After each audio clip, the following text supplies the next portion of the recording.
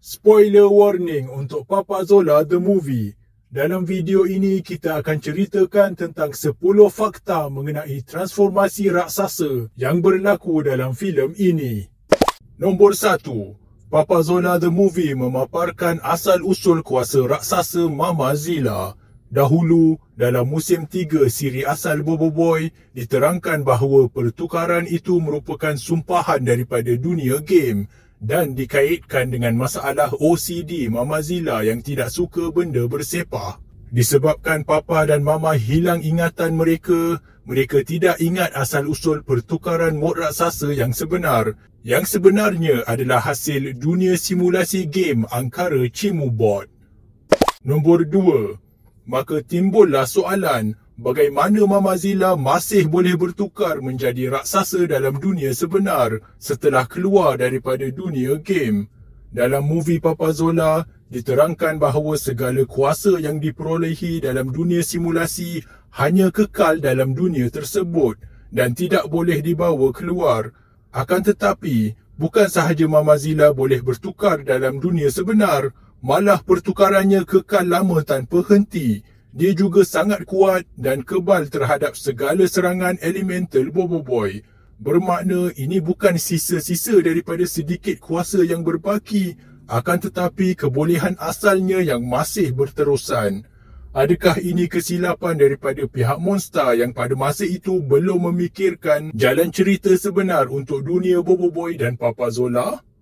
Nombor 3. Bobo Boy dan Gopal yang menggunakan gadget Y-Core ciptaan Yonbi pun tersedut ke dalam dunia simulasi dan bertukar menjadi raksasa jahat.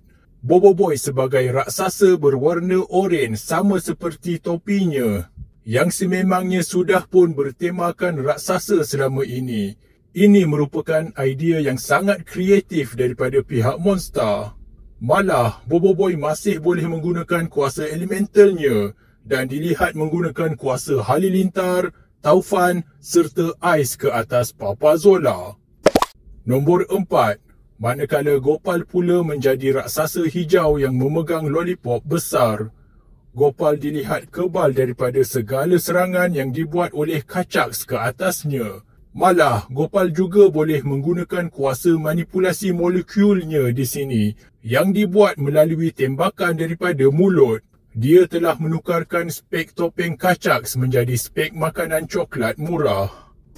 Nombor 5. Dalam banyak-banyak manusia bumi yang bertukar menjadi raksasa, Bobo Boy dan Gopal merupakan yang terkuat dan menjadi masalah utama buat Papa dan Kachaks. Nasib baik Ying dan Yaya bukan gamer dan tidak berminat menggunakan gadget Y-Core. Jika tidak, pasti Papa terpaksa berhadapan dengan raksasa Ying dan Yaya juga yang boleh terbang dan kuat dan juga laju. Pasti kalah hero kebenaran kita. Manakala Feng pula, rasanya dia tiada di bumi pada masa ini. Raksasa kuasa bayang pun menakutkan juga kalau ada. Nombor 6. Maka timbul lagi persoalan, jika Mama pernah melalui transformasi raksasa di dunia sebenar, mungkinkah ini boleh berlaku lagi kepada Bobo Boy dan Gopal? Boleh tak kita lihat kembalinya monster Bobo Boy dan monster Gopal dalam siri atau movie yang akan datang? Nombor 7. Kami mempunyai teori bagaimana ini boleh berlaku. Mama Zilla keluar daripada dunia game menggunakan teknologi Adudu, si penjahat Kubulus yang genius.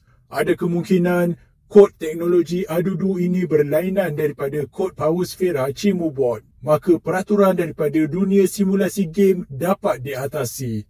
Mama Zilla pun hanya sembuh daripada menjadi raksasa setelah kembali semula ke dunia game menggunakan alat Adudu, di mana hero-hero kita membantu untuk menghilangkan sumpahan raksasa tersebut.